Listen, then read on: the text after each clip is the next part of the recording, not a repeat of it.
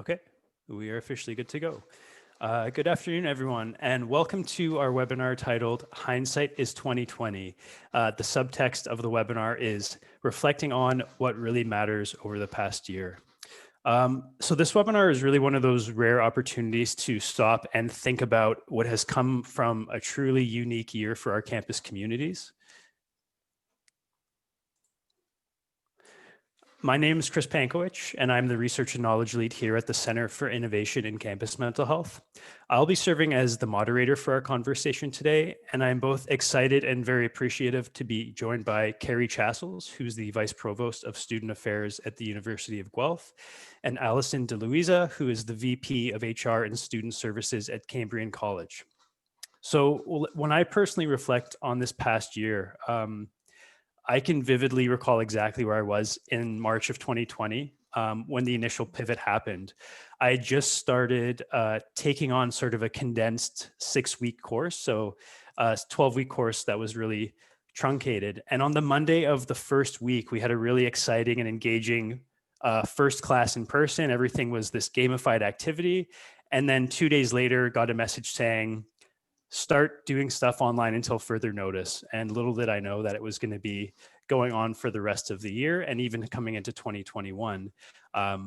Overall, I'm really appreciative that as a faculty group that I was working with, we sort of really banded together and really put the mentality of how can we make sure we're not losing anything in terms of what we're offering the students. And I think everyone did a really great job to pivot.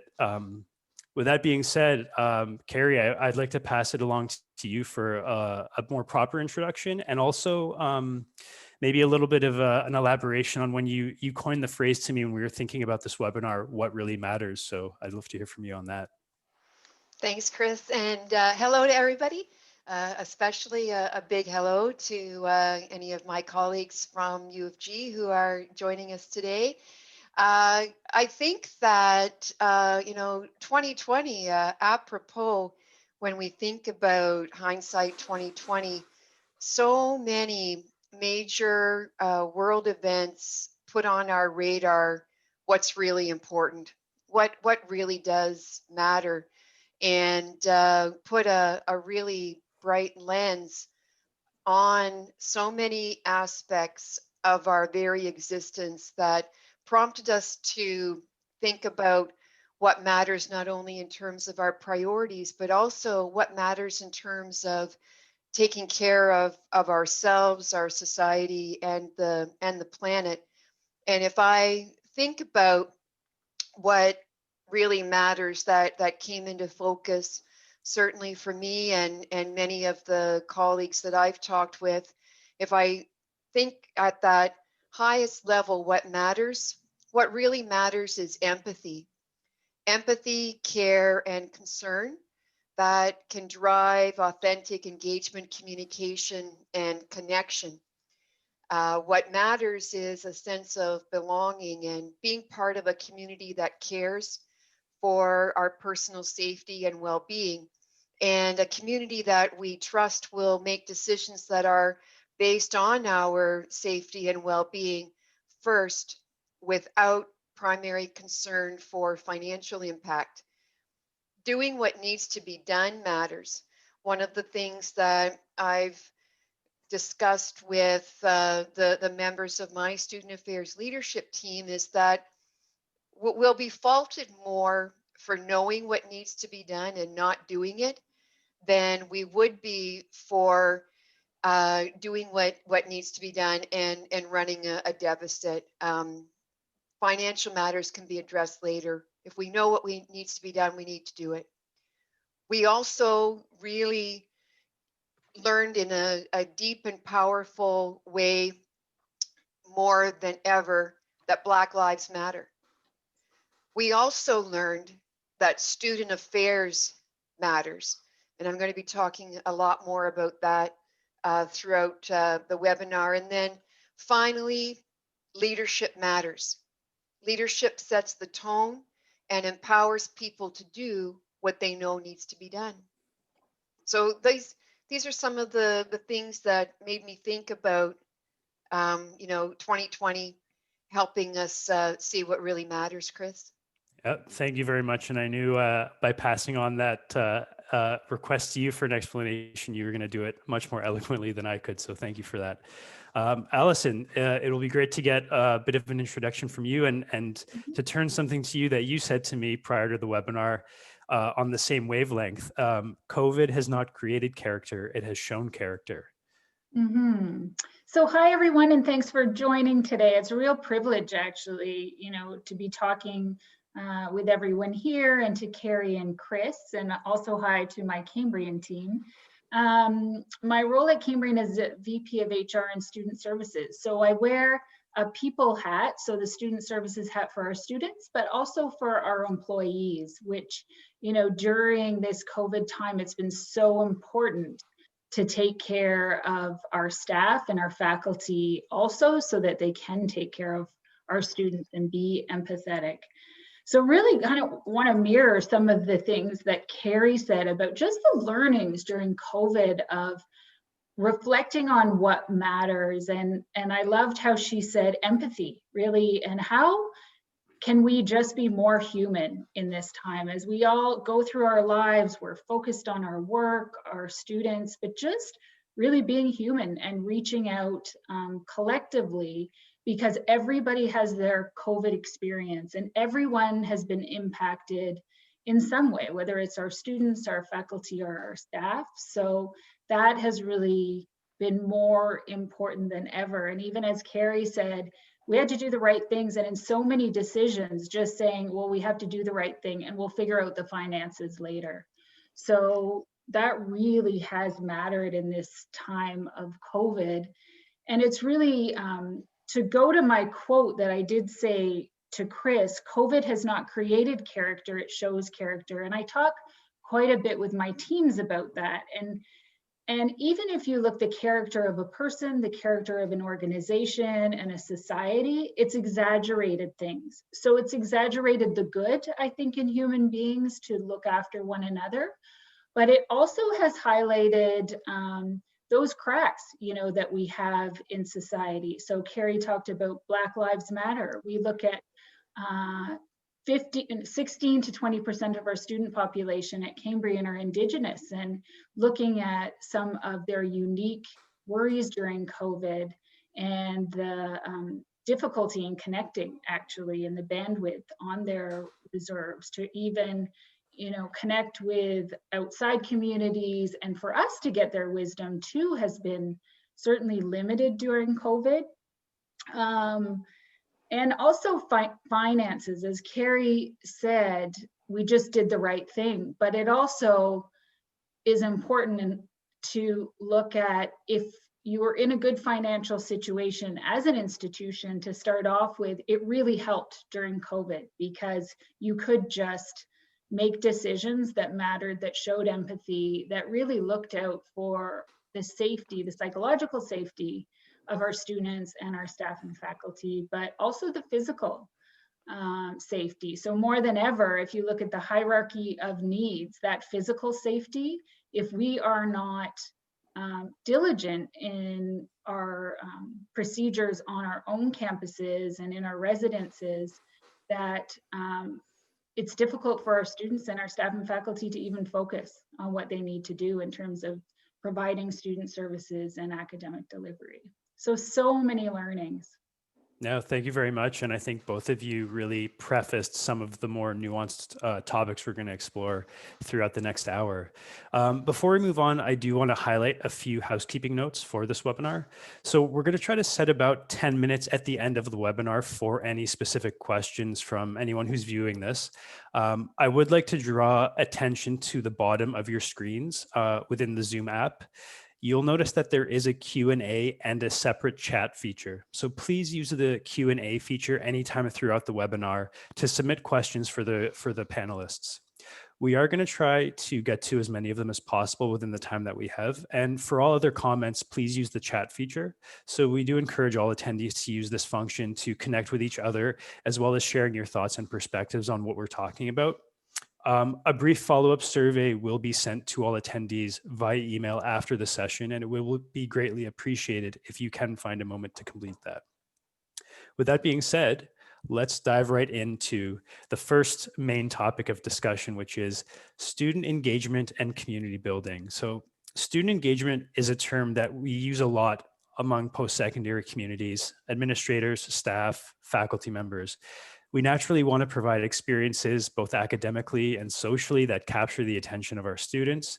And historically, we have had the luxury of physical proximity to facilitate that engagement, though we do know that alone is not enough. So if we are going to look at what really matters when it comes to engaging our students and nurturing a sense of community, Carrie, I'll pose this one to you first. What would you say are the fundamental building blocks that you would describe are needed to make this happen?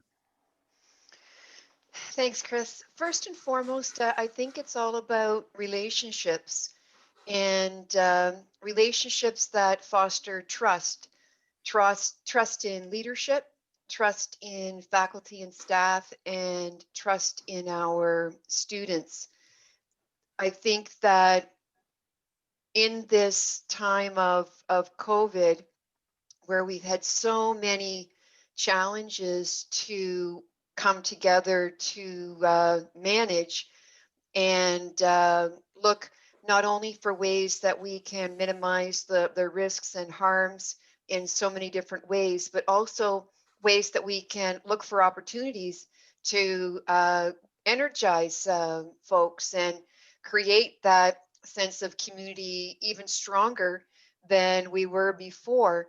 Having those relationships that are built on trust are really, really important. And similar to Allison was mentioning, those institutions that were fortunate to be in a relatively strong financial position going into the pandemic, found it easier to be able to weather it. So too did those institutions that had invested the time pre-pandemic in the before times in creating strong relationships of trust. They too were able to come together as a community and move forward. Other aspects of those foundations for student engagement and community building, absolutely a strong student affairs team. We know as student affairs professionals that it's our student affairs teams that engages our students and the broader community around a student-focused community, and building those relationships with student leaders across the institution really plays a significant role.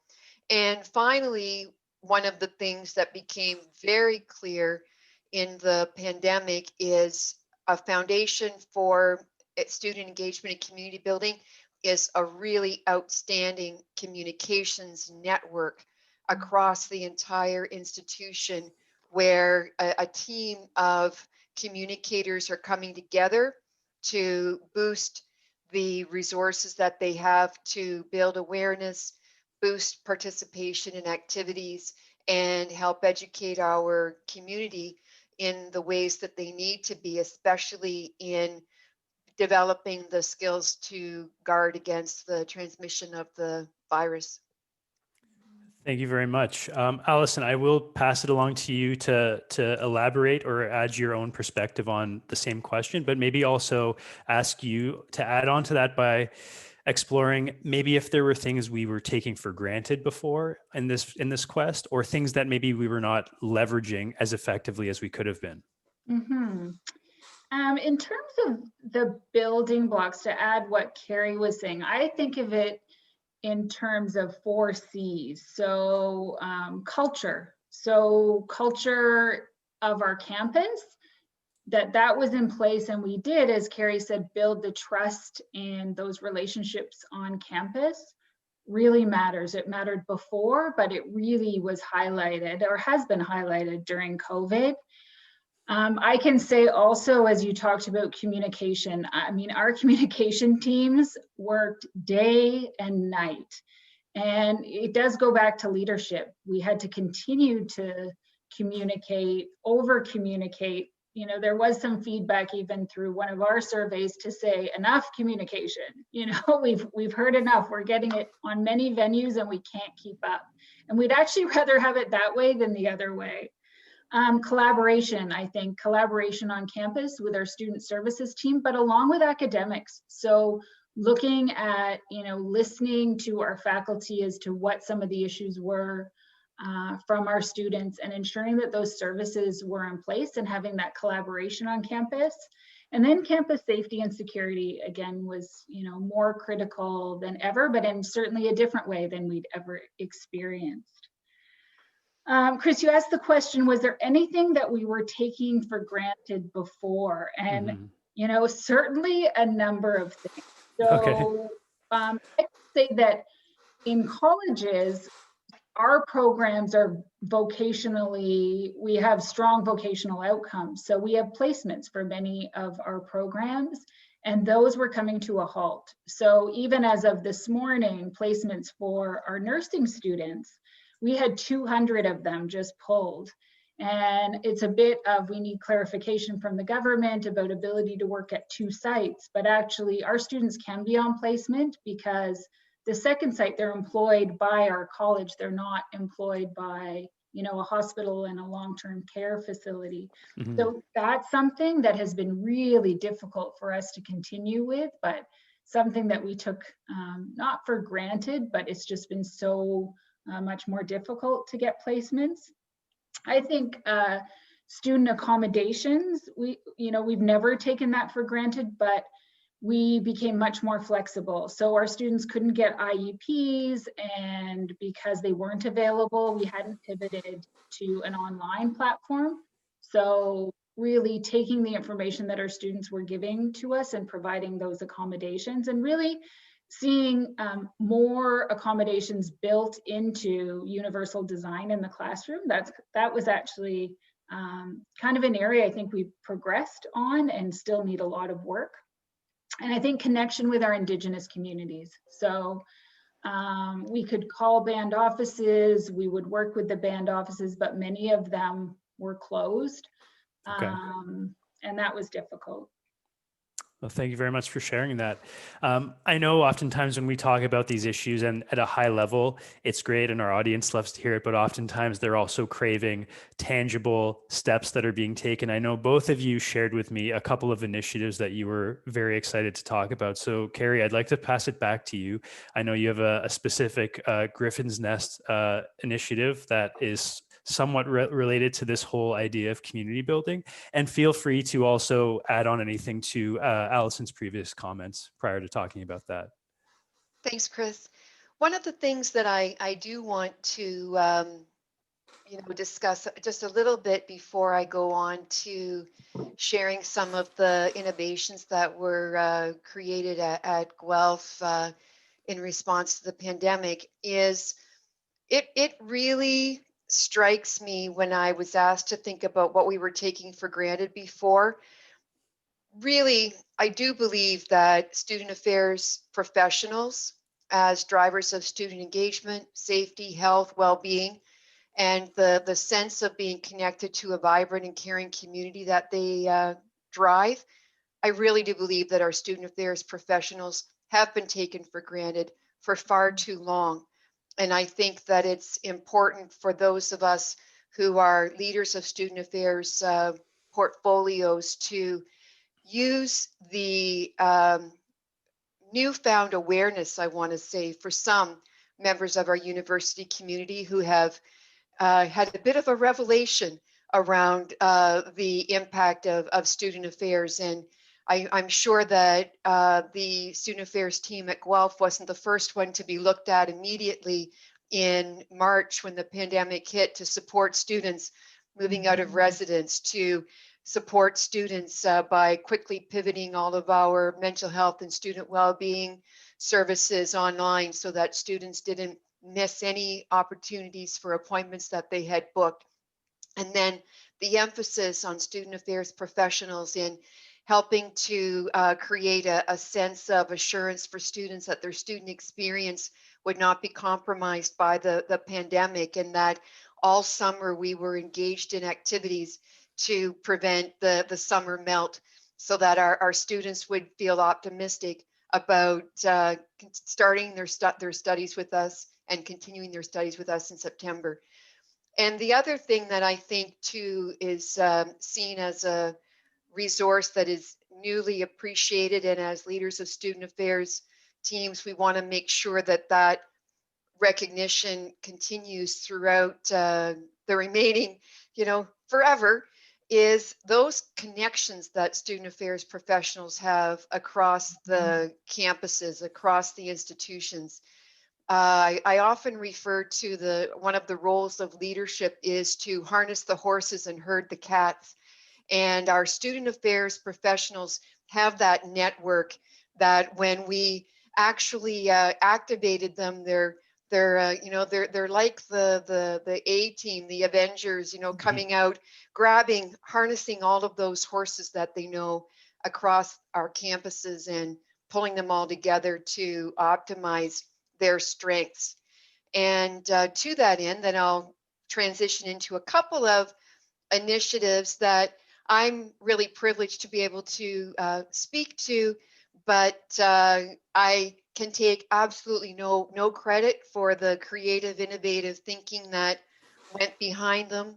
I often say too that some of the foundations of good leadership is to, as I say, harness the horses and herd the cats, but also to say yes to ideas that come forward. Yes, and what can I do to help make that happen?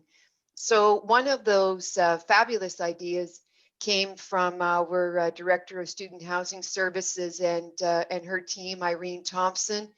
And we called it our Griffin's Nest.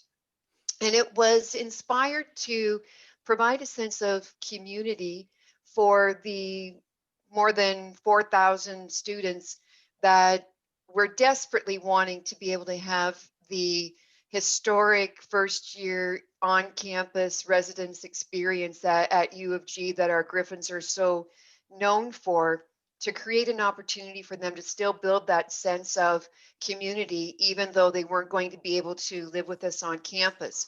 So Irene and her team created Griffin's Nest with about 90 nests of 50 students each in academic groupings, where they come together online, facilitated by a paid student nest mentor. And those paid students in those nest environments are actually folks that we would be in normal times hiring to work in our student housing area as residence life staff. So instead of being in the bricks and mortar of residence, they are supporting nests of students virtually, and at the same time building up their skills and supporting students so that when we ramp back up to full operations in the fall, we have those upper year students that have continued their training and building their skills to be able to step into that in-person support in the residence environment. The other thing I want to talk about as a new initiative as well is expanding some of our student support network initiatives in our mental health range of services. We have a very robust peer-to-peer mental health support network called the Student Support Network. And after providing them with the training to be able to provide their services through an online environment, we also heard from our BIPOC students around some special interests that they had, their needs for ensuring an opportunity for BIPOC students to support other BIPOC students. So we've just also recently created a section of our student support network that is solely for BIPOC students with specialized hours of peer-to-peer mental health supports, BIPOC student to BIPOC student. So we're quite excited about that, and some others. But I could go on. I'm a very proud Griffin. I'll give Allison an opportunity to talk about some of the initiatives at Cambrian as well. Yeah, Allison, take it away. I know you have some similar initiatives to talk about, particularly in the health and wellness space. So I'll pass the floor to you. Yeah, certainly, as we say, what was taken for granted, I think, prior to COVID, or what's been highlighted more, is health and wellness. And we certainly, it was important to us prior to COVID. I do have some colleagues on the line that I too cannot take credit for programs that they've developed to really connect with our students and focus on wellness activities. You know, years ago saying we can't just provide counseling services, we have to focus on mental wellness and how do we help our students stay well.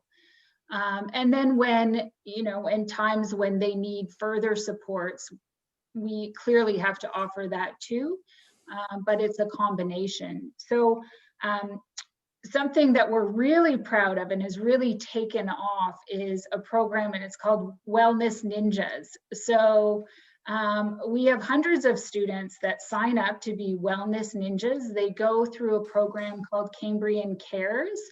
And they're a community of students from all different programs that come together, and they volunteer. Prior to COVID, they were volunteering in our community, both our Cambrian community and our wider community.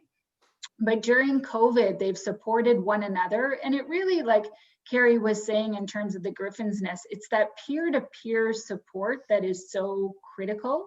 We've in the past tried to implement peer-to-peer coaching, and with some success, but not to the degree of success that we would have liked and the numbers that we would have liked. So the Wellness Ninjas, it was non-threatening. Students are joining. These students are actually connecting with the students who are arriving from overseas in quarantine. So making sure that they're okay in quarantine, that they have a person that can help them through that loneliness, or just ask them questions about life in Canada. They also were connecting with long-term care homes. So wrote hundreds of cards to residents in long-term care homes and just sending them Christmas messages. So they connect together, they connect in the community. And what we find is it is also a way, so many of our international students have talked to us and said they weren't really comfortable going to a counselor, that just didn't fit with their idea of needing help, and it wasn't as accepted in their own communities. So what we found is they come together, and when they need those supports, they will now reach out for them. So it was just a different approach. They've done some great work on the wellness side. We also developed a program, and we do further programming around it on the 8 pillars of wellness. So looking at wellness related to spirituality, the social aspect of wellness, physical, career, emotional, environmental, financial, and intellectual. So each month we actually have activities that are centered around these 8 pillars of wellness, and we send out calendars of activities that we offer, but also that they can access either online or in the wider community.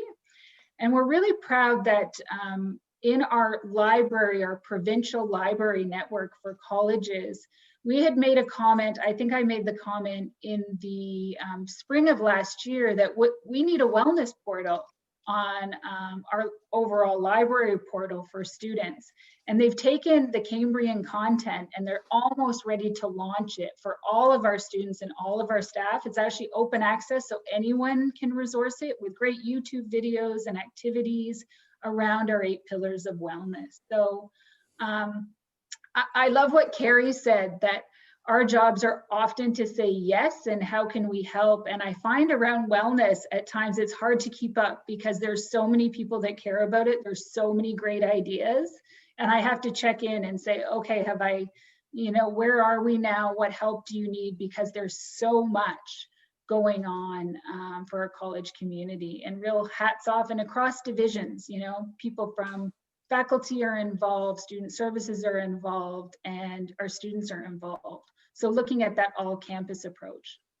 That's great. And the 2 things that I take away from this are, one, realizing just much like in society on the campus environment, we do have essential workers that should be getting the praise and respect that they deserve. And secondly, if you provide students the platform to get involved in a meaningful way, you're going to have significant interest and uptake in those initiatives. I want to move forward, and maybe the next few topics will sort of get a little more specific and obviously build off of things we previously talked about. And we don't quite have as much time to go through each of the remaining three as we just did on the previous one. But as we know, we're talking about academic policies and procedures now. This past year has demanded flexibility for all, and for many institutions, it has led to a period of reevaluation around traditional academic policies and procedures. The conversations about this topic range from, pragmatic things like deadlines to more conceptual considerations around how we do evaluate the academic success of our students. In separate conversations with me prior to the webinar, you both emphasized the importance of these policies and procedures and delivery. So with that in mind, Allison, maybe we'll start with you this time. I'd love to know your thoughts on how academic delivery has had to adapt at Cambrian. Really hasn't been easy. Obviously had to pivot online. We then had to look at the safety of providing our labs on campus. So we had, a number of students that we were allowed on campus in a classroom setting for their labs.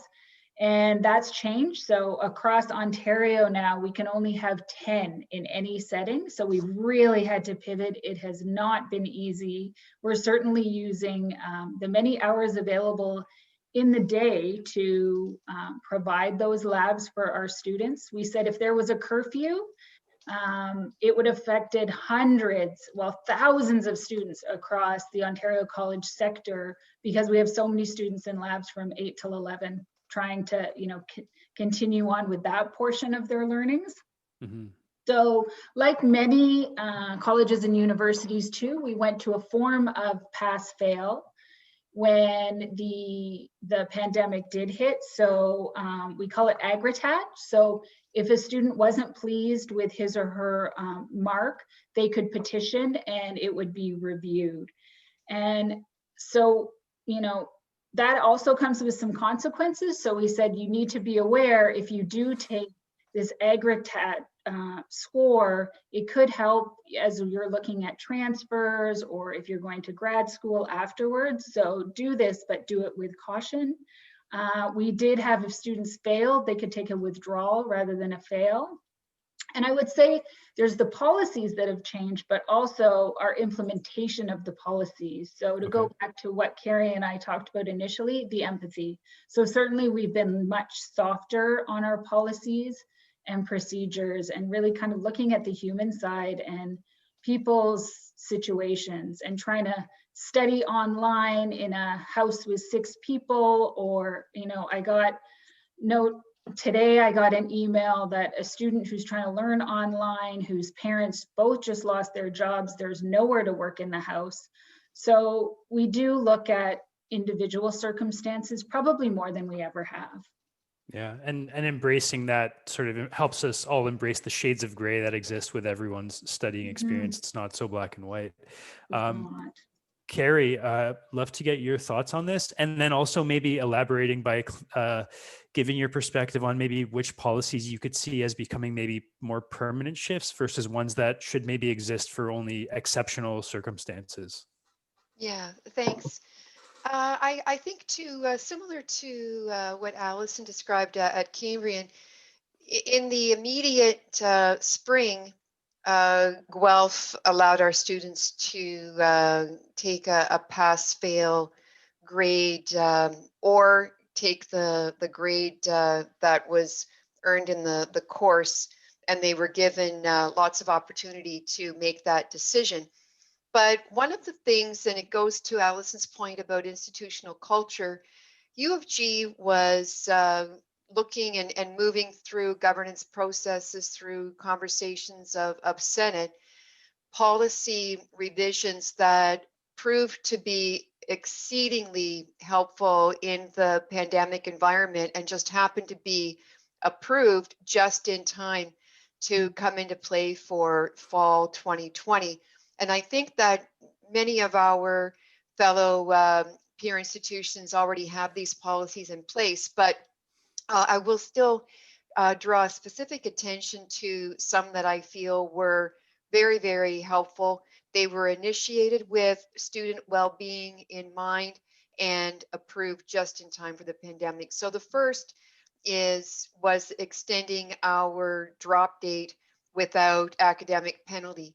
So our students can now drop a course up to the last day of classes without academic penalty. And that's very significant. And as I said, was underway with a focus on promoting student well-being and reducing their stress and putting them into a box where they felt they had no option but to have an unsatisfactory grade on their transcript. This option provides them with an opportunity to feel that their unsatisfactory participation in a particular course can be overcome.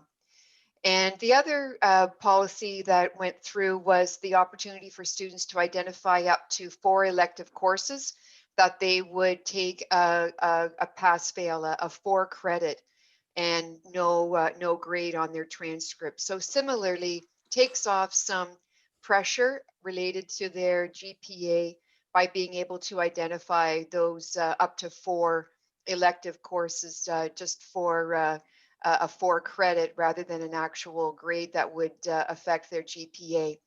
When we think about things moving forward, for my entire career, I have been determined to try and do away with exams as a form of assessment and evaluation of students for many, many reasons that I won't get into here, but many I'm sure that some of you already know. And one in particular being that I don't find that it's an authentic measure of a student's learning. And it certainly is not a contributor to promoting well-being. So one of the things that I think that the pandemic has really shone a light on is exams and tests. A lot of the conversations around student concerns about the virtual invigilation process has sparked some really deep conversations about assessment and its purposes and how it can be changed to be more authentic and student focused. And I also think that one of the things that will carry on into the future is our opportunities for changing the ways that we approach supporting students who require accommodations for tests and exams. For some of those students, the virtual invigilation is a great option. And if we present that to some of our students, it may take some of the pressure off our student accessibility services teams who are trying to find private spaces to pigeonhole students in and have the stress of students trying to find those spaces when they're writing exams, giving them the option to be able to do it from their own kitchen table or dorm room may go a long way. So I'm optimistic about some changes moving forward in terms of our policies and processes. It sounds wonderful. And much like many workplace environments have realized the benefits of employee flexibility, it sounds like the institutions are starting to embrace student work flexibility as well. Before we move on, Alison, I'm just wondering if you have any final thoughts on the topic. Yeah, just on the testing front, testing's been turned upside down. So in all academic institutions, and where I think we've seen that benefit is universal design. So if you look at testing of students who require accommodations, well, that is built more so into courses than it ever has been. I think we've made some strides in that area. And we will continue to keep that. And I know at Cambrian, we are looking at our testing and what we're doing. And our staff in our accessibility center, we're working like tremendous hours on testing prior, and it wasn't working. And we were looking at other models prior to the pandemic. So still trying to work out what that will look like after, but it's an opportunity for us to really focus on universal design and make strides that we just thought would take us another 10 years. Wow, that's incredible. Thank you so much for both of your perspectives on this topic.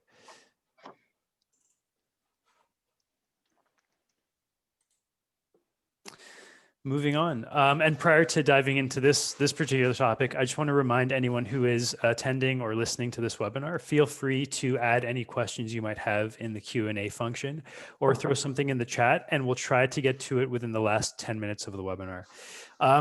On the topic of food security, physical safety, and financial stability, again, it was something I spoke with both of you about prior to the webinar. And Alice and we both talked about this in the context of Maslow's hierarchy of needs. So I want to first turn this over to you, Carrie, because you talked to me a lot about this whole concept of food security, and it was actually quite an enlightening conversation for myself. And you talked about it in relation to the campus environment. So I'd love to hear your elaboration on that, and also initiatives that are happening through the U of G that you'd like to discuss. Yeah, thanks for that.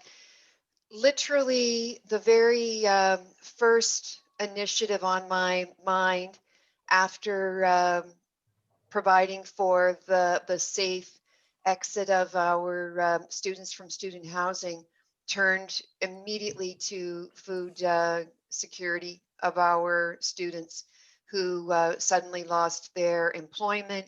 Our campus was closed, and just really thinking about our campus food bank closed, what we were going to be able to do to address food security, not only of our students, but also of our broader Guelph community. And again, this is one of those things that when we talk about what really matters, community partnerships matter. And in that same vein of, a leadership role is to harness the horses and herd the cats. I very quickly pulled together a working group to address food security, both on our campus and also to look for people on our campus that had those community connections with regard to food security. And there are a number of innovative groups there in the community. So we pulled together and provided thousands of foods, of meals, not only for our own students, but for the broader community. And that conversation led also to a partnership with a community kitchen that we got a nice grant from the CICMH Community Partnership Fund to host some food security table talks and we did it virtually, even with a chef in the community kitchen, sent out a list of groceries and directions to local food banks for students to pick those up. And then the chef virtually walked them through preparing the meal with the ingredients that they purchased. And we're going to continue to build on that. And I think one of the things that we've seen is through the virtual environment, our engagement numbers are through the roof. So while we might typically host 25 to 50 people in an event or workshop in person, we're finding that we can have hundreds of students participating through the online environment. So that's another thing that we'll do moving forward. But I think that's all I'll say on this one. If anybody has any more questions, they can connect with me offline, Chris. Yeah, absolutely. And I've added both of your emails that'll be shared at the end of the presentation, or at the end of the webinar, I should say. Alice, I'm going to pass it over to you because you specifically talked to me around a certain number of initiatives or thoughts on financial stability that you've realized are so important in relation to the campus environment. Well, one thing we did quite early in the pandemic, so like Guelph, we had to shut down our food bank, but we did work with community partners. We transferred money to food kitchens within the community to help not just our students, but the wider community. And what we did also is we took money that we would normally spend on student employment and we pivoted that over to student hardship. So we've certainly seen an increase in students applying for hardship throughout the pandemic. And actually, even for students who did contract COVID-19, just how scary it was for them. So they, were worried about their physical health with COVID, but they couldn't go to work. which meant that they didn't have the income to eat. So it just really compounded, and just, it was great to have the ability to help those students during those really difficult times. And I actually wanted to add this because I think it's a really important information. So Morneau Chappelle does a survey. It's every month they did it. It is related to working Canadians. They did this survey prior to COVID, and they've continued it through COVID, and then they administer it monthly. And in that report, it highlights by sector kind of the stress levels or the mental health index of working Canadians. And of that group, students were, their mental health index was the lowest by far. So, you know, you can see, because school is delivered in a different way. They have uncertainties about their future. Many of them are working part-time jobs to be able to pay for tuition.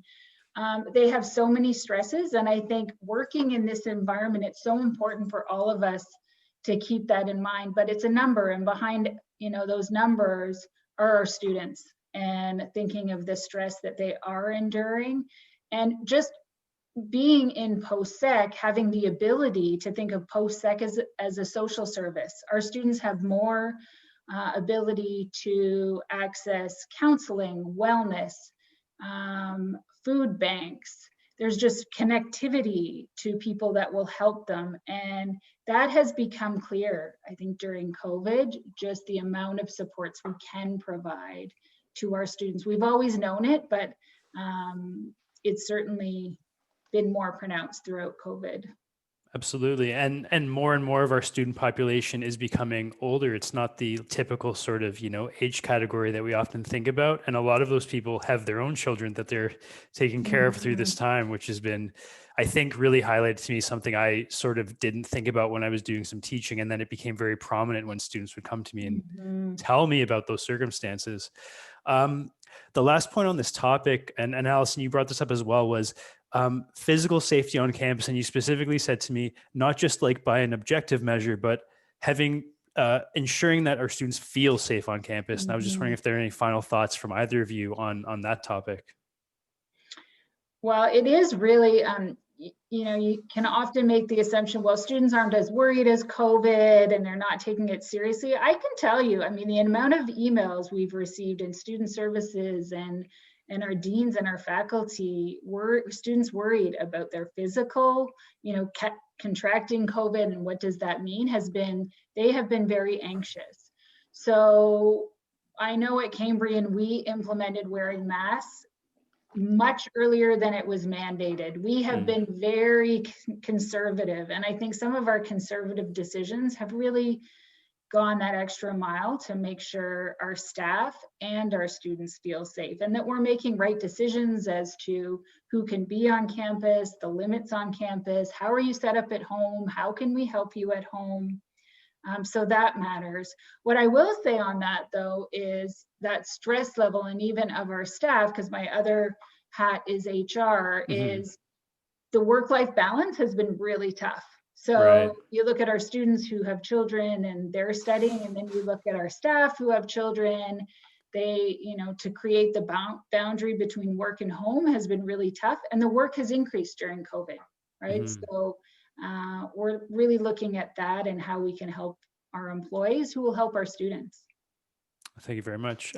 Any final thoughts, Carrie, before we move on? Yeah, just to, again, more kudos, because the folks that were driving a sense of physical and, you know, personal safety are the student affairs professionals, our teams in student housing services, our educators in the Child Care and Learning Center, and our athletics team just did a spectacular job of providing for a sense of personal safety. Our athletics facilities alone, safely, without one incident of COVID, and I'm knocking on wood, in the fall semester, saw more than 50,000 individual sessions move through their facilities. and disinfected every 45 minutes. We had coaches that were part of the disinfecting team and ensuring adherence to all the safety protocols.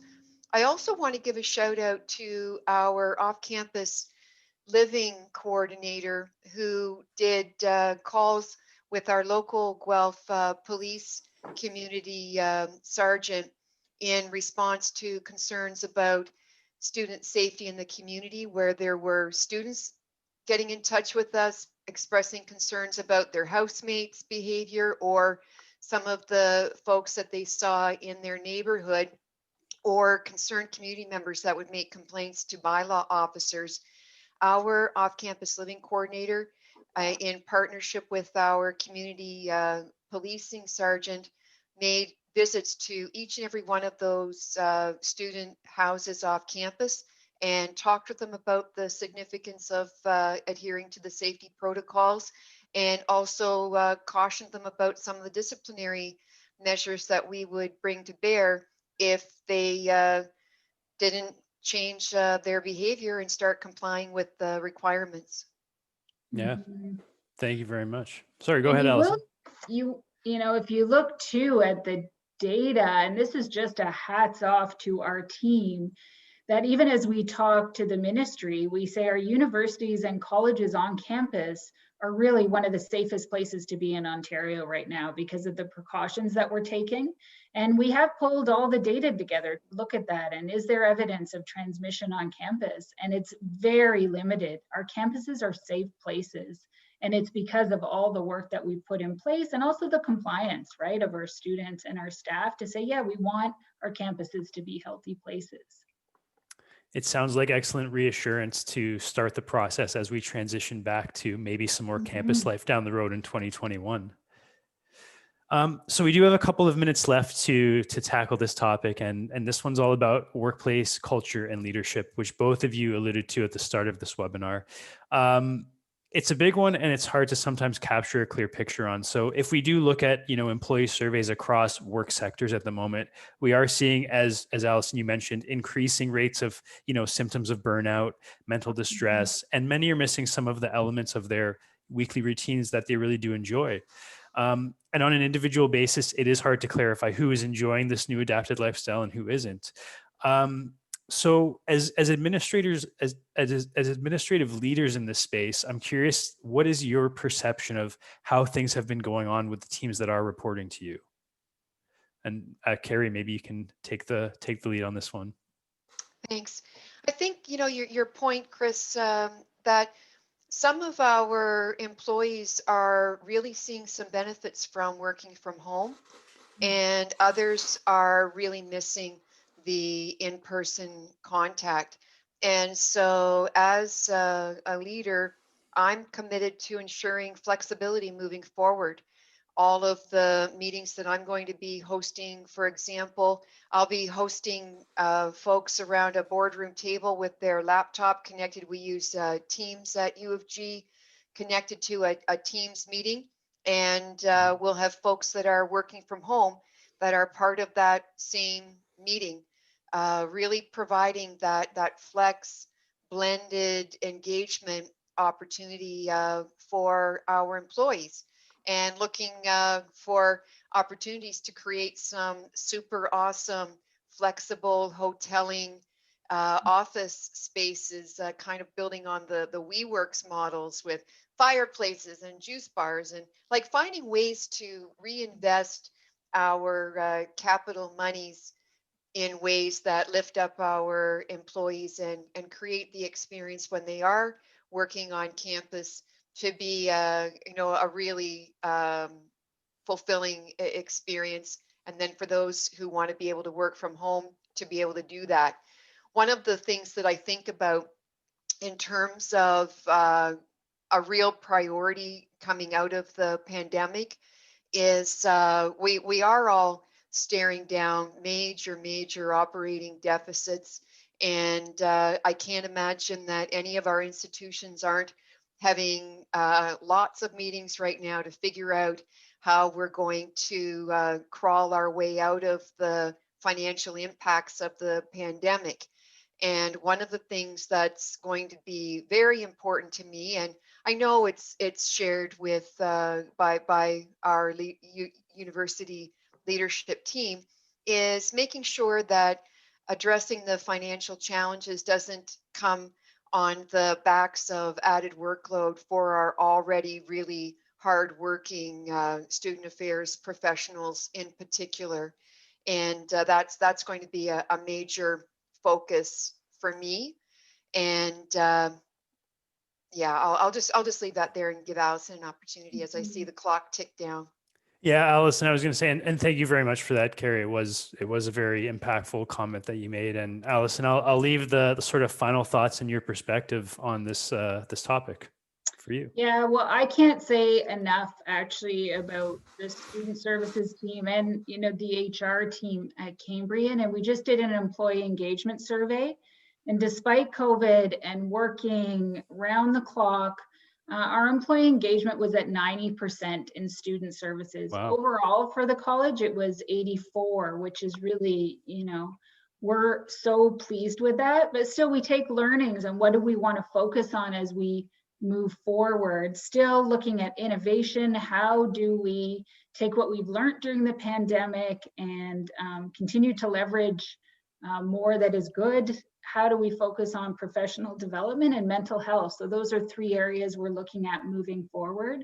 But I can't say enough really about the student service team and HR and just, focusing on students working as, pivoting in their own lives, knowing they got affected by COVID personally, some of them homeschooling their children, really so committed and just really grateful for all the work that they've done.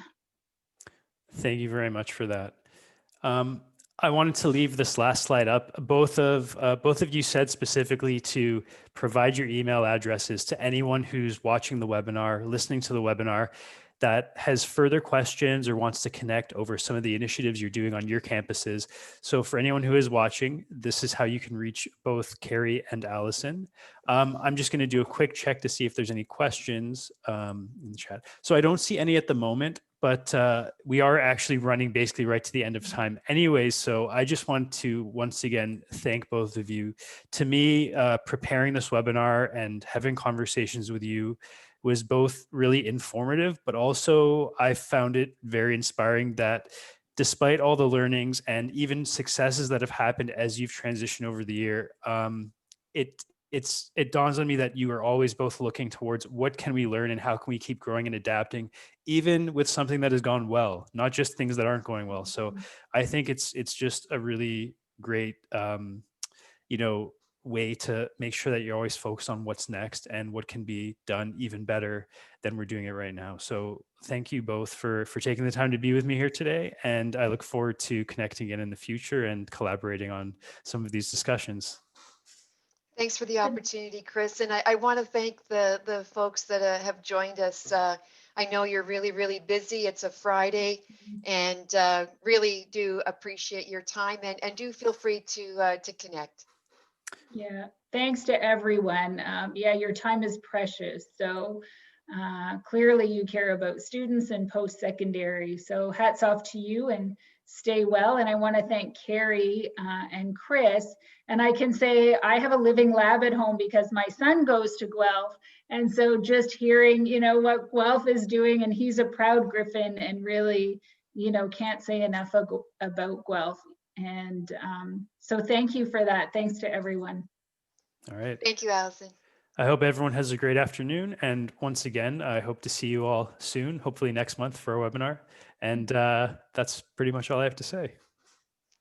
Thank you. Bye all. Take care. Thanks for the comments in the chat, folks. Thank you. Yeah, thank you. Bye-bye. Bye-bye.